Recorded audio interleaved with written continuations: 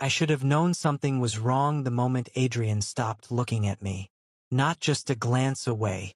Not distraction. No. It was the way his eyes passed over me like I wasn't even there. And today, of all days, before we dive in besties, Yellow Heart, shout out to our starless gems in the previous 2 weeks, our most active supporters in the last 2 weeks, Sparkles Cheryl Lambert, Sparkles and Scorpio. We see you. We appreciate you. And this story is for you. Dizzy. The hall shimmered with soft golden light, every detail curated to perfection. White lilies lined the aisle, their scent gentle but constant, wrapping around the room like a promise of peace. Guests filled every seat. Business partners, family, people who had always admired the life Adrian and I built together. Our life, or at least, the version of it I thought was real. I adjusted the small blanket wrapped around our son, careful not to wake him. He was barely a few weeks old, fragile and warm in my arms, his tiny breaths brushing against my wrist like something sacred. This ceremony, it wasn't just tradition. It was supposed to be a beginning, a declaration, a moment where we stood together, not just as Alpha and Omega, not just as partners, but as parents, as a family. You look perfect. The voice came from beside me, smooth, familiar. I turned slightly, forcing a small smile. Do I? Adrian didn't answer immediately. He just looked at me. No, not at me. Through me. His gaze lingered for half a second too long before shifting past my shoulder, scanning the room like he was waiting for someone. That small hesitation, it shouldn't have mattered. But it did. Because Adrian was never uncertain. Never distracted. Never anywhere but exactly where he wanted to be. And yet today, his hand brushed against mine briefly, but there was no warmth behind it. No grounding presence. Just contact. Empty and fleeting. You should sit, he said quietly. The ceremony will start soon. No, let's, just instructions. I swallowed whatever that uncomfortable feeling was trying to form in my chest and nodded. This wasn't the day to overthink things. This wasn't the day to doubt him. Not when everything we had built was finally being celebrated. Right? The officiant stepped forward, his voice calm and practiced as he welcomed everyone. Soft murmurs settled into silence. All eyes turned toward us, toward me, toward the child in my arms. I shifted slightly, adjusting my hold on our son as the weight of the moment pressed down on me. Not heavy, but significant. Important.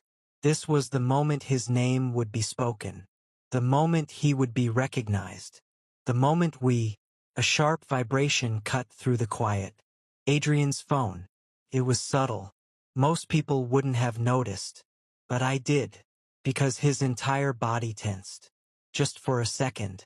His hand moved quickly, almost too quickly, slipping the phone out of his pocket. He glanced at the screen, and something changed. Not panic, not surprise, recognition, then irritation. He turned slightly away from me, shielding the screen as if the simple act of me seeing it would matter. Excuse me, he muttered under his breath, and just like that, he stepped away. I watched him walk toward the side exit, his expression tight, his steps controlled but rushed enough to betray him.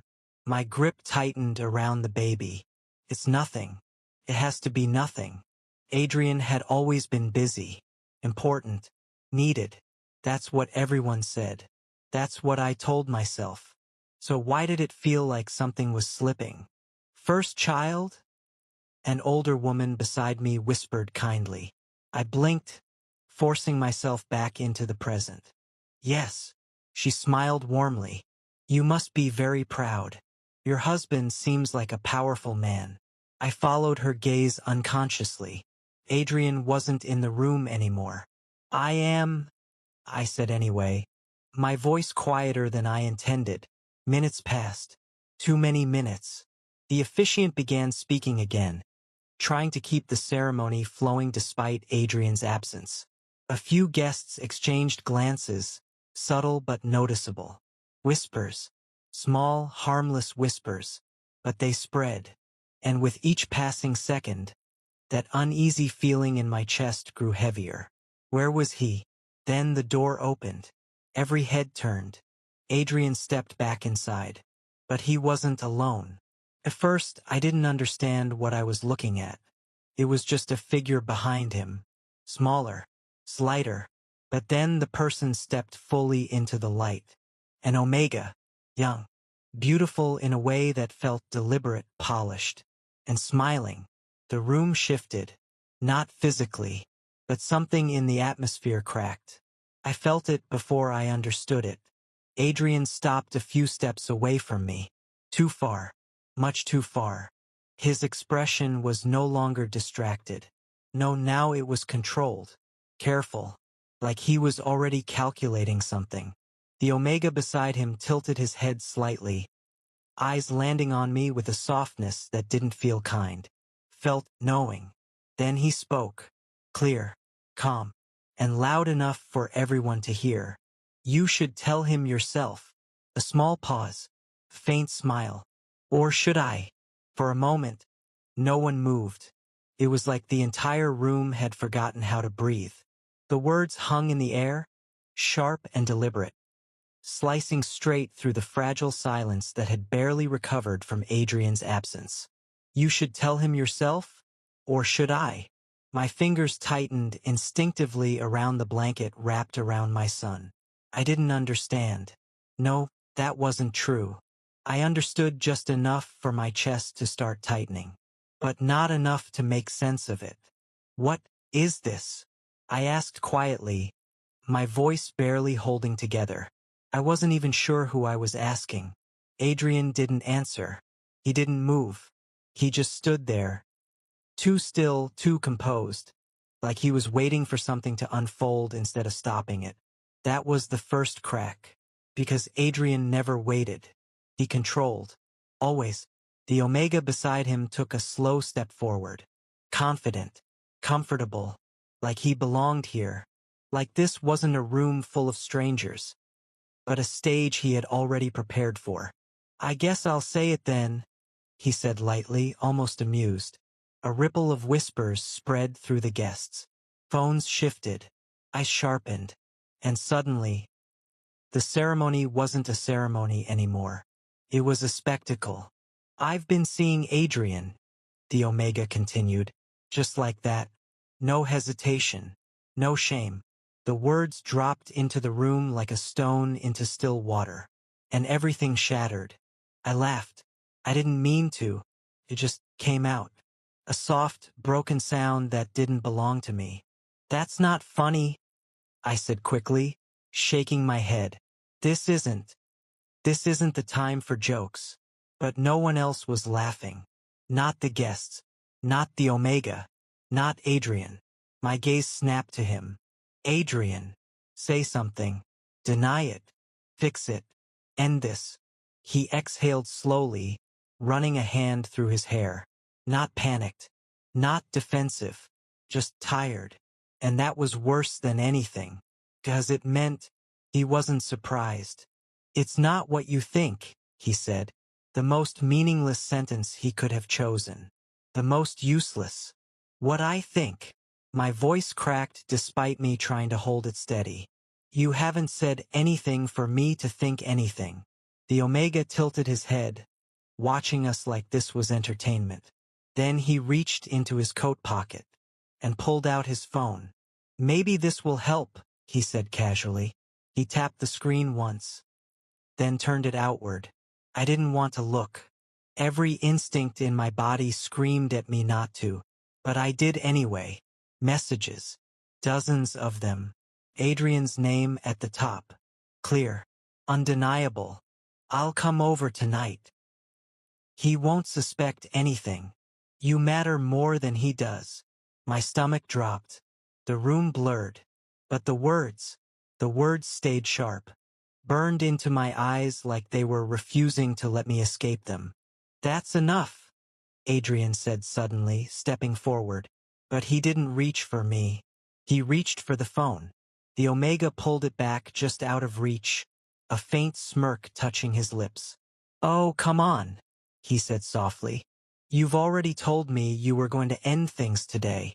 The words didn't hit all at once. They landed slowly, piece by piece, like something sinking deep enough that you couldn't pull it back out. "End things?" I repeated. My voice didn't sound like mine anymore. The Omega's eyes flicked to me again. And this time, there was no softness, just certainty. "He told me this ceremony was the last step," he said. "Make everything look perfect, then walk away clean." A murmur rippled through the guests. Shock, disbelief, judgment. My arms tightened instinctively around my son. He shifted slightly, disturbed by the tension, a soft sound leaving his lips. And that broke something inside me. "Adrian." I said his name again, but this time, it wasn't a question. It was a plea. "Tell me that's not true." My voice dropped, barely audible now. Not for the room, not for anyone else, just for him. For a second, just 1 second, I saw it. Hesitation. His jaw tightened, his eyes flickered, and in that tiny, fragile moment, I thought he would fix it. "I was going to explain," he said. "Not deny, not refuse, not no. Explain." The room went silent again, but this time, it wasn't confusion. It was understanding. My fingers trembled against the fabric of the blanket. I couldn't feel anything properly anymore. Not the weight of my child. Not the ground beneath me. Not even the air. "You were going to explain, what?" I whispered. "That you've been lying to me? That you were planning to leave me? That today." My voice cracked completely. Today was all fake? Adrian didn't answer. Not really. His silence said enough. And behind him, the Omega smiled. The silence didn't break all at once. Cracked. Slowly. Like something fragile giving way under pressure that had been building long before this moment. No one spoke. No one moved. Because now, everyone understood. I looked at Adrian. Really looked at him. Not as my alpha. Not as the man I built a life with. But as a stranger standing in front of me while another Omega held the truth I should have known. "You were going to explain," I repeated quietly. The words felt empty in my mouth, like something already dead. Adrian exhaled slowly, his expression tightening. Not with guilt, but with calculation. That was what hurt the most. He wasn't trying to fix this. He was trying to manage it. "This isn't the place for this," he said, lowering his voice slightly. "We'll talk about it later." Later. A soft laugh escaped me again. This time it wasn't disbelief. It was realization. "You don't get a later," I said. My voice wasn't loud, but it carried. Because now, everyone was listening. The Omega beside him shifted slightly, stepping forward again like he had been waiting for this exact moment. "You should just tell him the truth," he said almost casually. Adrian shot him a sharp look. Enough. But it was already too late. Because now I was looking at both of them. Not confused anymore. Not lost. Just seeing. "How long?"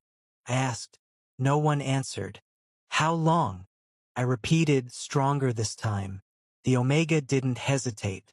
8 months. The number didn't feel real. 8 months. My mind tried to place it. Tried to understand where that fit into my life. Into our life. 8 months ago, I was pregnant. The realization hit like something physical. Sharp. Immediate. Unavoidable. "You were seeing him while I was carrying your child?" I asked. Adrian finally looked at me properly. And for the first time, there was something in his eyes. Not guilt. Not regret. Annoyance. "It wasn't like that," he said. That sentence again. The same empty excuse. "Then what was it like?" I demanded. Silence stretched between us. Heavy. uncomfortable. And then, he said it. You were different. The words were quiet, but they echoed. What? I whispered. Adrian's jaw tightened, like he was finally saying something he had been holding back for a long time. After the pregnancy, he continued, everything changed. You changed. I stared at him, not understanding. You were emotional, distant.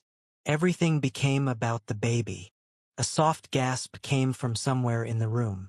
But I didn't look, couldn't, because all I could see was him. I was carrying your child, I said slowly. And I needed stability, he replied immediately. Not instability. Instability. The word landed the same way it always does, like a quiet insult disguised as concern. Behind him, the Omega crossed his arms slightly, watching the exchange unfold with quiet interest. He told me you couldn't handle pressure, he added casually. My head snapped toward him. He said being with you felt like responsibility, not choice. Each word hit harder than the last. That's not what I said, Adrian muttered. But it was weak. Too weak. Because he didn't deny it. Then what did you say? I asked. This time he hesitated. And that hesitation was everything. The truth wasn't hidden. It was just ugly. I needed something simpler, Adrian said finally. Simpler. The word almost made me laugh again. You mean someone who didn't expect anything from you? I said. Someone you didn't have to stand beside in public? Someone you could leave whenever you wanted without consequence? His silence answered all of it. And suddenly, everything made sense. This wasn't about love. It wasn't even about desire. It was about control. He didn't want to lose what we had built. The image, the stability, the respect. But he also didn't want the weight that came with it. So he created something else. Something easier. Something disposable. You were never going to leave me, I said slowly. Adrian frowned slightly. You just wanted both. The room went still again. Because that was the truth. And this time, even he didn't deny it. Behind him, the Omega's expression shifted slightly. Not surprised. Not hurt. Just aware. Like he had known all along. You told me you would choose me, the Omega said quietly. Adrian didn't respond. Because now, there was nothing left to say. I adjusted my hold on my son carefully. He stirred again, small and unaware of everything collapsing around him. And that was when it hit me. Not the betrayal. Not the humiliation. But the timing. Today. You chose today, I said softly. Adrian looked at me. Of all days, you chose today. The naming ceremony. The one moment that was supposed to be about him. About us. About the life we created together. And he turned it into this. Something public. Something ugly. Something unforgettable. The Omega tilted his head slightly again. Then said the one thing that shattered whatever was left. He said today would be clean, he repeated. Clean. Like I was something to be removed. Like our child was just an inconvenience in the timing. My chest tightened again. But this time, I didn't break. I just looked at Adrian one last time. Not for answers. For confirmation. And in his silence, I got it. Every single thing I needed to know. So I nodded. Slowly. And said the one thing I never thought I would. Then go. The room froze. Go to him. I continued, my voice steady now. Since you've already decided. Adrian's eyes narrowed slightly. This isn't how this should happen, he said. No, I agreed. It isn't. A pause. But this is how you made it happen. And then I turned away from him. Not running. Not breaking. Just done. But as I took my first step, a voice cut through the room again. Sharp. Unexpected. You think this ends here? I stopped. Slowly turned back. The Omega was looking directly at me now. And this time, he wasn't smiling. Because whatever he thought this was, it wasn't over. Not even close. You think this ends here? The words didn't come from Adrian. They came from him. The Omega. I stopped mid-step. Not because I was afraid. Not because I was confused. But because of the tone. It wasn't mocking anymore. It wasn't playful. It was sharp. Deliberate. I turned slowly. Carefully. Still holding my son against my chest. His small weight grounding me in a way nothing else in that room could. What else is there? I asked. My voice was calm now. Too calm. The room shifted again. Because moments ago, I was the one breaking. Now, I wasn't. The Omega studied me for a second. Like he was trying to understand something. Then he exhaled softly. You should know everything, he said. Adrian's head snapped toward him. That's enough. But again, too late. Everything, I repeated. The Omega nodded slowly. He didn't just plan to leave you, he said. He planned how it would look. A quiet ripple moved through the room again. But I didn't look at anyone else. I only looked at Adrian. Because now, I was ready to hear it. What does that mean? I asked. Silence. Then the Omega answered anyway. He said he needed to protect his image, he continued. That a clean separation would be better for business and reputation. Each word landed with precision, like something rehearsed. He didn't want a scandal, he added. I let out a slow breath, a bitter one. So instead, I said quietly, you created one. That made a few people shift uncomfortably. Because now, they were part of it. Adrian stepped forward this time. Finally. That's not what this is, he said firmly. I looked at him, really looked at him. And for the first time since this started, I didn't feel anything. No pain. No anger. Just clarity. Then explain it, I said. A challenge. Not a plea. Adrian hesitated. And that hesitation was the answer. You were going to walk away from me, I continued. After this ceremony. After standing here in front of everyone pretending everything was fine. My grip tightened slightly around my son. You were going to let me smile. Hold our child. Stand beside you. My voice dropped. And then leave me. Silence. Heavy. Final. Adrian didn't deny it. And that was all I needed. Behind him, the Omega shifted again.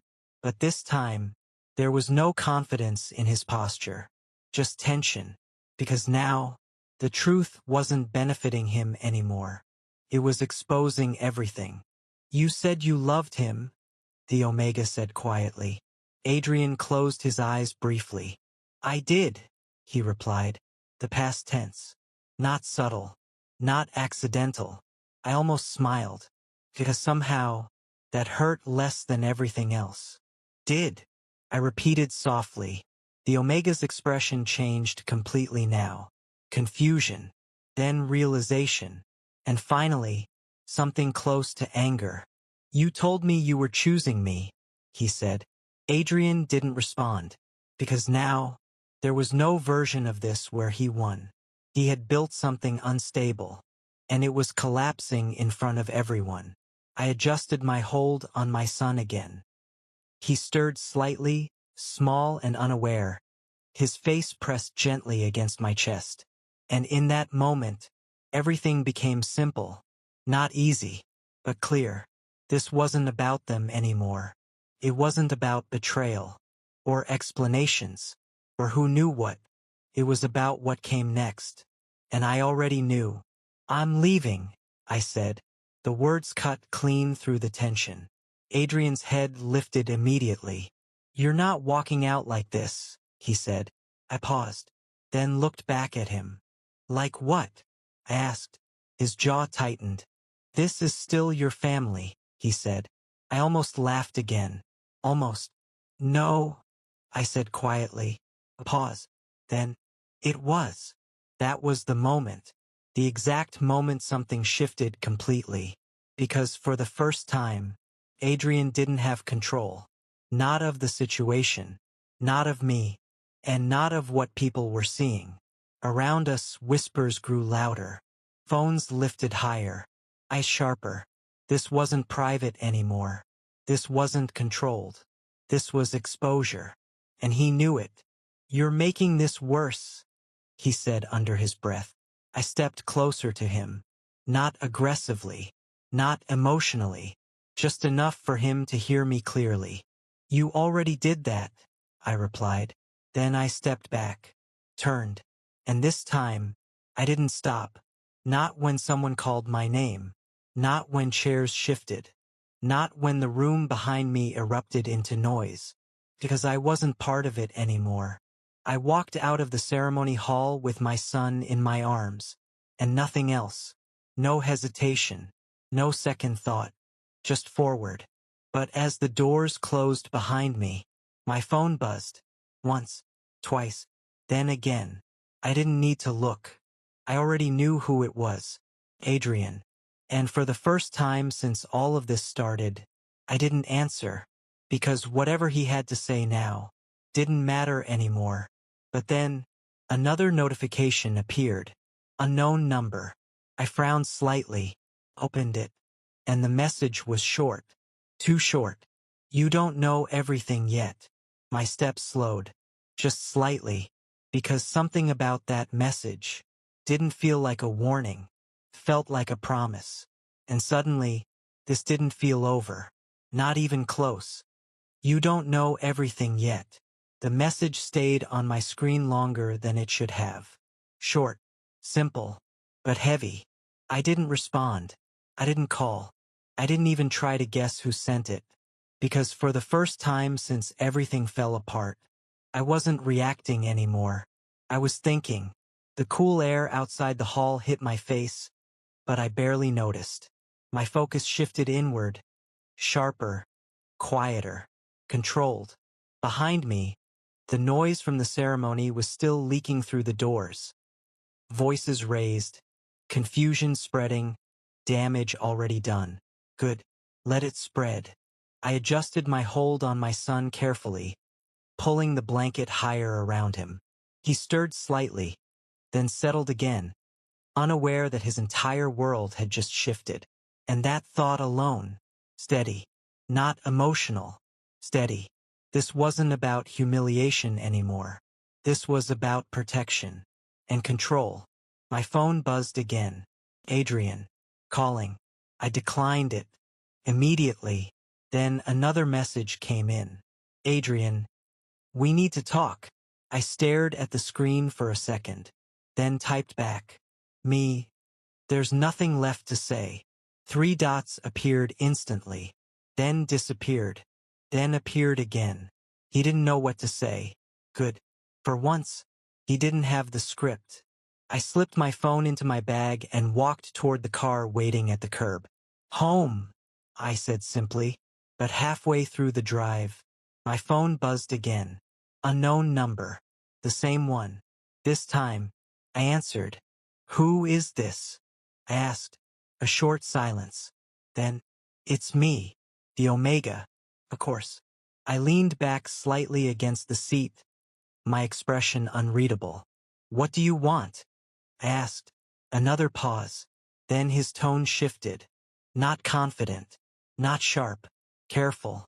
"You deserve to know the full truth," he said. I almost ended the call right there. But something stopped me. Not curiosity. Instinct. "Then talk," I said. A quiet exhale came from the other end. "It didn't start the way you think," he began. I closed my eyes briefly. "They never do." He ignored that. "He didn't come to me because he loved me," he said. That caught my attention. Not because it changed anything, but because of how he said it. Flat. Certain. "He came to me because I was convenient." The word echoed. Convenient. Same pattern. Different perspective. "He needed someone who wouldn't question him," the Omega continued. someone who didn't exist in his public life. I didn't speak, because now, this wasn't about defense. It was about information. He told me about you, he added. That made something in my chest tighten. What about me? I asked. A small pause. Then, that you were perfect. I frowned. That doesn't sound like a complaint, I said. It wasn't, he replied. Another pause. Then, that was the problem. Silence filled the car. Because that made sense. In the worst possible way. You were stable, he continued. Respected. Untouchable. His voice dropped slightly. And he didn't feel like he could compete with that. I opened my eyes slowly. Compete? With me? I asked quietly. He felt like he was losing control, the Omega said. There it was again. Control. He said everything in your life was structured, he added. Planned. Predictable. I let out a slow breath. And he didn't want that, I finished. No, the Omega said. Pause. He wanted something he could walk away from, that landed clean. No emotion. No confusion. Just truth. Then why show up today? I asked. That part didn't fit. If he wanted something easy, why destroy everything? The Omega was quiet for a moment. Then, because I found out something he didn't want me to know. My body stilled slightly. What? I asked. Another pause. Then, he wasn't just keeping you, the Omega said. A beat. He was keeping me too. My grip tightened slightly on the blanket. What do you mean? I asked. He wasn't going to leave you, he said. I already knew that. But he wasn't going to leave me either. That I hadn't considered. He had a plan, the Omega continued. Separate lives. Separate spaces. No overlap. A quiet laugh escaped me. Until today, I said. Yes. Another pause. Then, I wasn't supposed to be there. That changed everything. You came on your own, I realized. Yes. Why? The answer came immediately. Because I found the contract. My heart skipped. Contract. I repeated. A deeper breath came from the other end. Legal documents, he said. Prepared before today. My chest tightened again. What documents? I asked. And then he said it. Separation papers. The car felt smaller suddenly. Colder. He already filed them, the Omega added quietly. My fingers curled tightly around the edge of the blanket. Before today. Before the ceremony. Before standing beside me in front of everyone. He had already ended it. Legally. Silently. Strategically.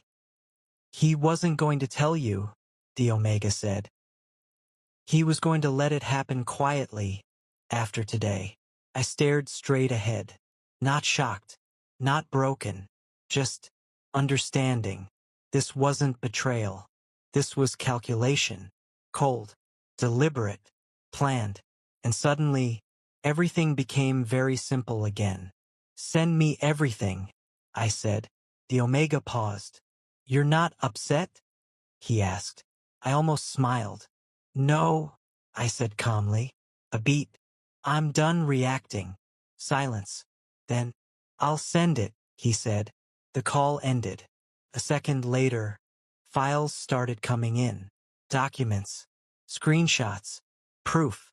I looked down at my son. Still asleep. Still safe. And for the first time since this started, I felt something steady settle inside me. Not pain. Not anger. Control. Because now, I didn't just know what he did. I knew how he did it. And more importantly, how to end it. My phone buzzed again. Adrian. Calling. Again. I let it ring. Watched it. Then silenced it. Because whatever he thought he still had, he didn't. And this time, I was the one with the plan. By the time I got home, I wasn't shaking anymore. That was the first thing I noticed. Not the silence. Not the emptiness of the house. Not even the fact that everything I thought I had was gone. Just that I wasn't breaking. I closed the door quietly behind me, careful not to wake my son. The soft click echoed through the hallway like something final. Hours ago, I would have collapsed, cried, demanded answers. Now, I walked forward, slow, steady, like someone who finally understood the game they were being forced to play. I placed my son gently in his crib, adjusting the blanket around him with careful precision. His tiny hand curled instinctively, and for a second, just 1 second, I allowed myself to feel it. Not pain, purpose. Because everything I did from this point forward was for him. My phone buzzed again. Adrian. Calling. I stared at the screen. Let it ring. Then decline. Again. Then came the messages. Adrian. We need to talk now. Adrian. This is getting out of hand. Adrian. Answer your phone. Out of hand. I let out a quiet breath. He still thought he was managing this. Still thought this was a situation he could control. Good. I typed back slowly. Me. Come home. 3 words. That was all. No anger. No emotion. Just invitation. The typing bubble appeared instantly. Then disappeared. Then came his reply. Adrian. I'm on my way. Of course he was. Because he thought this was a conversation. He didn't know. It was an ending. I set my phone down and walked into the living room. Everything looked the same. Perfect. Untouched. The life he didn't want to lose. And yet, the one he had already destroyed. Minutes passed. Then the door opened. Adrian stepped in. Fast. Tense. He stopped the moment he saw me standing there. You left, he said immediately. Not are you okay? Not let's fix this. Just, you left. I did, I replied calmly. His eyes narrowed slightly, like he was trying to read something in my face. But there was nothing to read, because I wasn't reacting anymore. This got out of control, he said, running a hand through his hair. I tilted my head slightly. Did it? I asked. A pause. Then he exhaled. That wasn't supposed to happen like that, he continued. Of course. Not regret. Just poor execution. I see, I said quietly. He stepped closer. We can fix this, he added. Fix. Such a simple word. Such a meaningless one. How? I asked. He hesitated. Then, I'll handle him, Adrian said. Handle. Not apologize. Not explain. Handle. I almost smiled. You mean like you handled me? I asked. That made him pause. Just slightly. This is different, he said. No, I replied calmly. It's not. Silence stretched between us. Then he shifted tactics. I didn't plan to hurt you, he said. There it was. The attempt. The version of accountability that wasn't really accountability. You planned everything else, I said. His jaw tightened. What is that supposed to mean? He asked. I stepped closer. Not aggressively. Not emotionally. Just enough. Before today, I said quietly, you already made your move. His expression changed. Small, but visible. And that was all I needed. You filed, I continued. Silence. Then, you weren't supposed to know that yet, he said. Not denial. Confirmation. Clean. Final. I know enough, I replied. His eyes sharpened. Who told you? He asked. I didn't answer, because it didn't matter. What mattered was that he realized something had shifted. You're overreacting, he said suddenly. And there it was. The final mistake. Because now, I understood everything. No, I said quietly. I'm not reacting at all. That made him stop. Really stop. Because now, he could see it. This wasn't emotion. This was control. You don't get to walk away like this, he said. I looked at him. calm. I already did, I replied. A long silence followed. Heavy. Uncomfortable. Because for the first time, Adrian didn't know what to do. He didn't have the upper hand. He didn't have the narrative. And he didn't have me. You're making a mistake, he said finally. I nodded slightly. Yes, I agreed. A beat. Trusting you was. That landed. Hard. He stepped forward again, frustration breaking through now.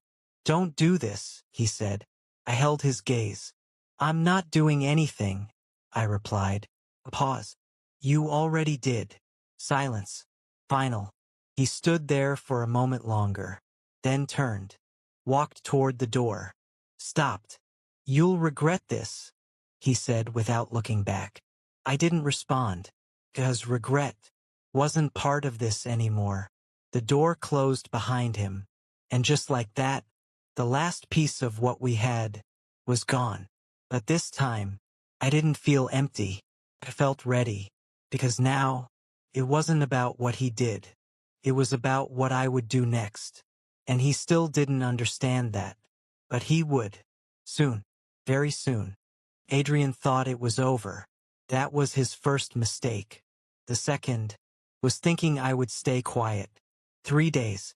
That was how long it took. Not to recover. Not to heal. But to prepare. Because healing could wait. What couldn't wait was ending this properly. The city moved like nothing had happened. People still went to work. Cafes still opened. Meetings still held. But behind the surface, something was already shifting. Because I didn't disappear. I moved. Quietly. Carefully. Strategically. By the 4th day, everything was ready. The invitation was simple. Clean. Professional. A private corporate gathering. Hosted by Adrian. Only, he didn't know about it. Not yet. I stood in front of the mirror, adjusting my coat carefully. Not too formal. Not too soft. Composed. That was all I needed to be. Behind me, my son slept peacefully. Safe. Unaffected by everything his father had tried to do. I picked up the small folder from the table beside me. Thin, but heavy. Proof always is. And tonight, that proof would speak for me. The venue was full. Executives, partners, investors, people Adrian spent years impressing, building trust with, people who believed in his control, his precision, his image. I stepped inside quietly. No announcement, no attention, not yet.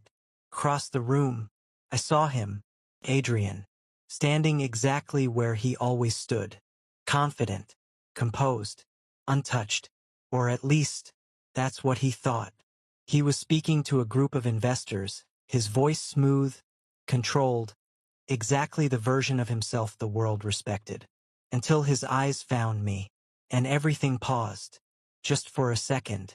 But I saw it, that flicker, confusion, then tension, then calculation. He excused himself immediately and walked toward me. Fast. Controlled. What are you doing here? He asked under his breath. I looked around the room calmly. Attending, I said.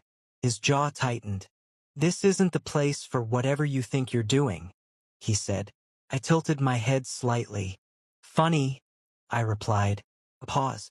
You said the same thing at the ceremony. That hit. But he recovered quickly. You need to leave, he said. I shook my head. No. One word.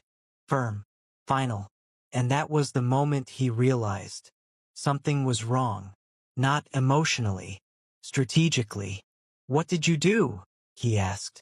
I didn't answer. Instead, I stepped past him. Toward the center of the room. Toward the attention. Excuse me. My voice wasn't loud. But it carried. Because confidence always does. The room shifted. Heads turned. Conversations paused.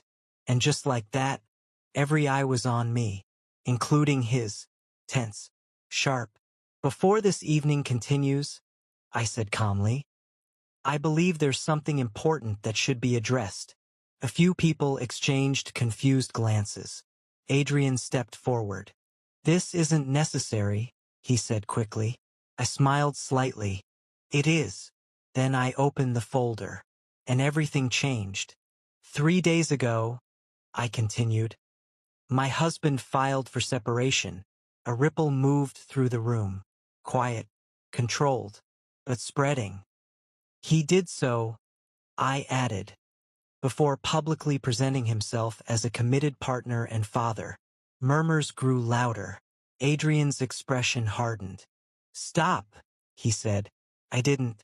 Additionally, I continued, he engaged in a private relationship outside of our marriage for over 8 months. Now, the room wasn't quiet anymore. It was reacting. Whispers, shock, judgment. And then, I placed the documents down on the table in front of them. Clear, undeniable, messages, dates, legal filings, everything. "He built his reputation on control," I said calmly. A pause. "But control without integrity." I looked directly at him. "Doesn't last." Silence. Heavy. Unforgiving. Because now, there was nothing left to hide. Adrian stepped forward again. "This is private," he said sharply. "No," I replied. "It stopped being private the moment you made it public. That ended it. Because now, everyone understood. And more importantly, everyone saw." Minutes later, the room had shifted completely. People weren't engaging with him anymore. They were watching him, evaluating, reconsidering. Because trust, once broken, doesn't come back quietly. Outside the venue, he found me. Of course he did. "This is what you wanted?" he demanded. I turned slowly, calm. "Yes," I said. A pause. "This is exactly what I wanted." His expression twisted. "You destroyed everything," he said. I shook my head. "No." A step closer. "You did." Silence. Then, "I can fix this," he said. There it was again. Fix. I almost laughed. "No," I said softly. "You can't." A beat. "Because this time, there's nothing left to fix." Weeks later, the divorce finalized. Clean. Controlled. And in my favor. Custody? Mine. Assets? Divided. Reputation? Not his anymore. The last time I saw Adrian, he wasn't standing tall.